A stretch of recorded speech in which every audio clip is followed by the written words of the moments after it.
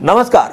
विधानसभा निवडणुकीच्या तोंडावर राज्यात राजकीय पक्षांकडून मोर्चेबांधणी सुरू झाली आहे। तर दुसरीकडे मराठा आरक्षणासाठी मनोज जरांगे पुन्हा एकदा मैदानात उतरणार आहेत। त्यामुळे राज्यातलं वातावरण ढवळून निघालं आहे। अशातच मराठ्यांना आर्थिक दुर्बल घटकातून अर्ज करण्याची मुभा नाकारली आहे, अशी माहिती ॲडव्होकेट गुणरत्न सदावर्ते यांनी दिली आहे। त्यामुळे मराठा समाजाला हा मोठा धक्का मानला जात आहे। आज लोकसेवा आयोगाने स्पष्टपणे सांगितलंय की मराठा समाजाला आता आर्थिक दुर्बल घटकामध्ये जे केंद्र सरकारने दिलं आहे त्यामध्ये मराठा समाजाला आरक्षण घेता येणार नाही। 10 मधील 7 जागा मराठा समाजाला मिळत होत्या। आता जे खरे गरीब आहेत, मोदी सरकारने जे आर्थिक दुर्बल घटकांच्या गरिबांसाठी दिले होते त्यांना लागू होणार आहे।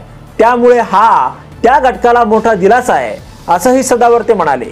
मनोज जरांगे पाटील राज्यात जनसंवाद रॅली काढत आहेत, तर दुसरीकडे मराठा समाजाला धक्का देणारी बातमी समोर आली आहे। मराठ्यांना 3 ठिकाणी आरक्षण कसे, असा प्रश्न माननीय उच्च न्यायालयातही मराठा आरक्षणाच्या केसमध्ये गुणरत्न सदावर्ते यांनी उपस्थित केला होता। त्यानंतर सार्वजनिकपणे देखील बोलून दाखवला होता।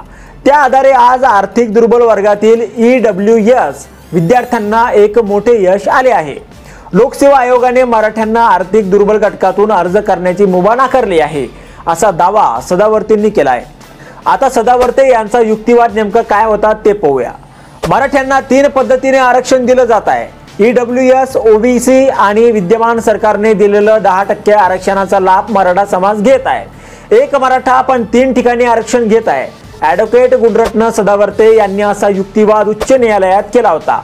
सदावर्ते यांचा युक्तिवाद कोर्टाने तेव्हा मान्य केला होता या मुद्द्यांवर नव्यानं रिट याचिका दाखल करण्यास परवानगी दिली होती।